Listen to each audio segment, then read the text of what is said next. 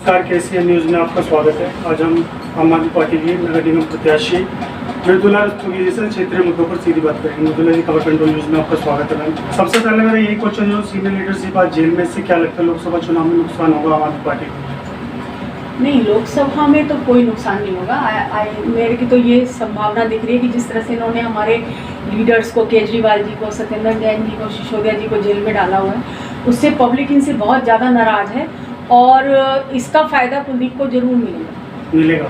बिल्कुल मिलेगा। लेकिन जो सीनियर लीडरशिप है आज वो जेल के अंदर है, उससे कुछ नहीं होता। सीनियर लीडर्स हमारे जेल में है तो इससे तो और ज़्यादा संगठित हो रही है आम आदमी पार्टी, और पब्लिक जो है उसका और ज़्यादा भावात्मक जो है जुड़ाव हो रहा है हम लोगों से, और वो ज़्यादा हमारे बारे में सोच रही है। उनको केजरीवाल ने जो सुविधाएं दी हैं आम आदमी को, वो भूल नहीं सकती पब्लिक।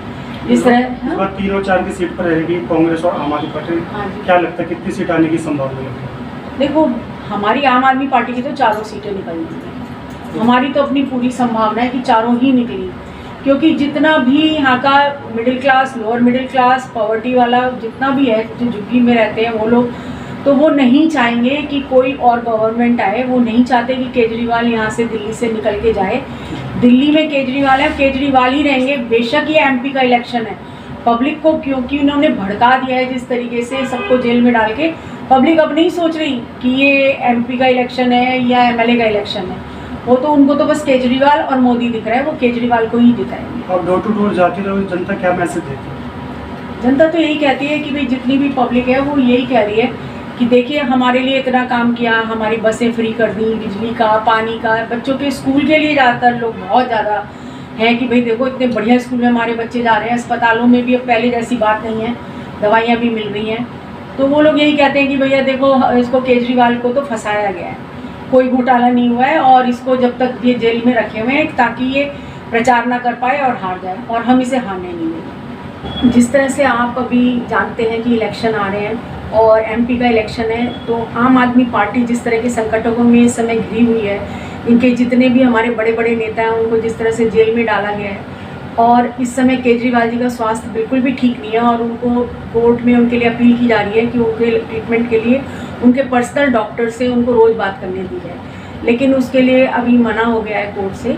लेकिन केजरीवाल जी का स्वास्थ्य बिल्कुल भी ठीक नहीं है, और उनका जो शुगर लेवल है वो बढ़ता जा रहा है, जिससे कि उनकी किडनी और आँख पे असर होने की संभावना है। हमारे यहाँ के जितने भी नेता हैं, आतिशी, सौरभ भारद्वाज वगैरह, तो उन्होंने इसके लिए जाके प्रोटेस्ट भी किया था तिहाड़ जेल के सामने।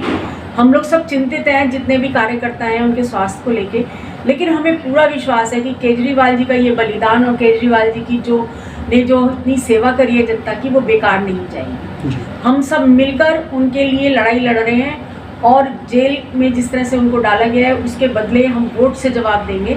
हमारा एक एक कार्यकर्ता इसका जवाब वोट से देगा। जो हमारे यहाँ के आज MP के कैंडिडेट हैं कुलदीप जी, मेरा उनके लिए भी बहुत सारी शुभकामनाएं हैं, और जिस तरह से वो उन्होंने सेवा की है जनता की। जब पहले वो पार्षद बने, पार्षद के बाद उन्होंने तुरंत ही उसके बीच में ही, पार्षद के 5 वर्ष हुए नहीं थे, उन्होंने MLA का इलेक्शन लड़ा और वो उसमें भी जीते। आज वो पुंडली से जो है MLA हैं, और उनके काम से जनता बहुत खुश है। जिस तरीके से वो तैयारी कर रहे हैं MP के लिए, तो हम लोग की यही इच्छा है कि प्रभु से यही कामना करते हैं कि वो बहुत बड़ी जीत से जीते, क्योंकि जितनी जनता है वो त्रस्त है ये देख के कि यहाँ पे जो है लोकतंत्र की हत्या हो रही है। हमारे देश में लोकतंत्र के लिए जो है ये बहुत बड़ा जो है चेतावनी है कि जिस तरीके से जितनी भी अपोजिशन पार्टियां हैं उनको, सबके नेताओं को जेल में डाला जा रहा है। CM को भी नहीं छोड़ा जा रहा, ये अकेले CM नहीं है, और CM को भी जेल में डाला गया है।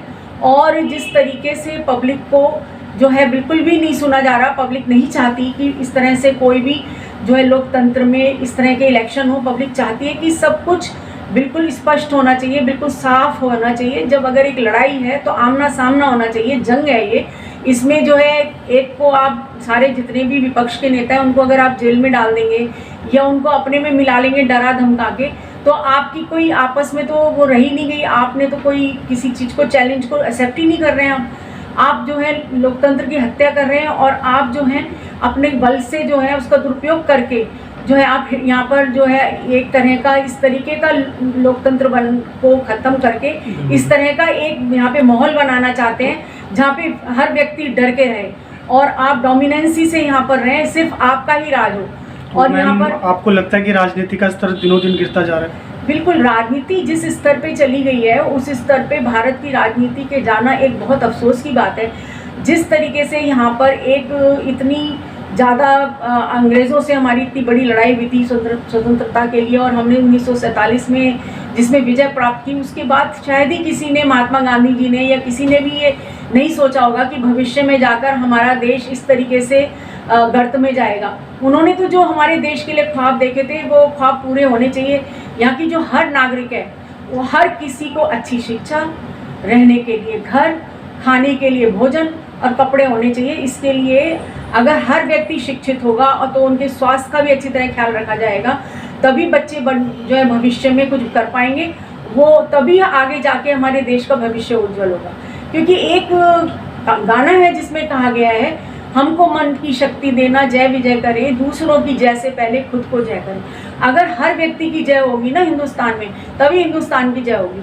ऐसे जय कहने से जय नहीं हो जाती। जितने भी यहाँ पे नेता हैं, उन जितने भी अभिनेता हैं, सबसे मेरी यही अपील है कि कृपया देश को आगे बढ़ाने की ओर ध्यान दें, ना कि कुर्सी की ओर ध्यान दें।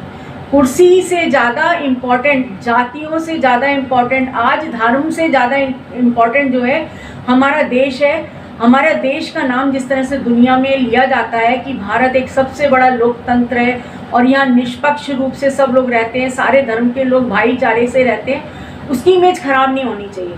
हम लोग यहाँ पर सब जिस तरह से मस्जिद, मंदिर, गुरुद्वारे, चर्च में जाते हैं, कोई किसी से कोई परहेज नहीं करता, सब मिलजुल के रहते हैं। ऐसा ही सद्भाव यहाँ पे बना रहे और आने वाले समय में यहाँ पे जो भी सरकार बने वो ऐसी बने कि जो सबके लिए अच्छी संभावनाएं लेके आए।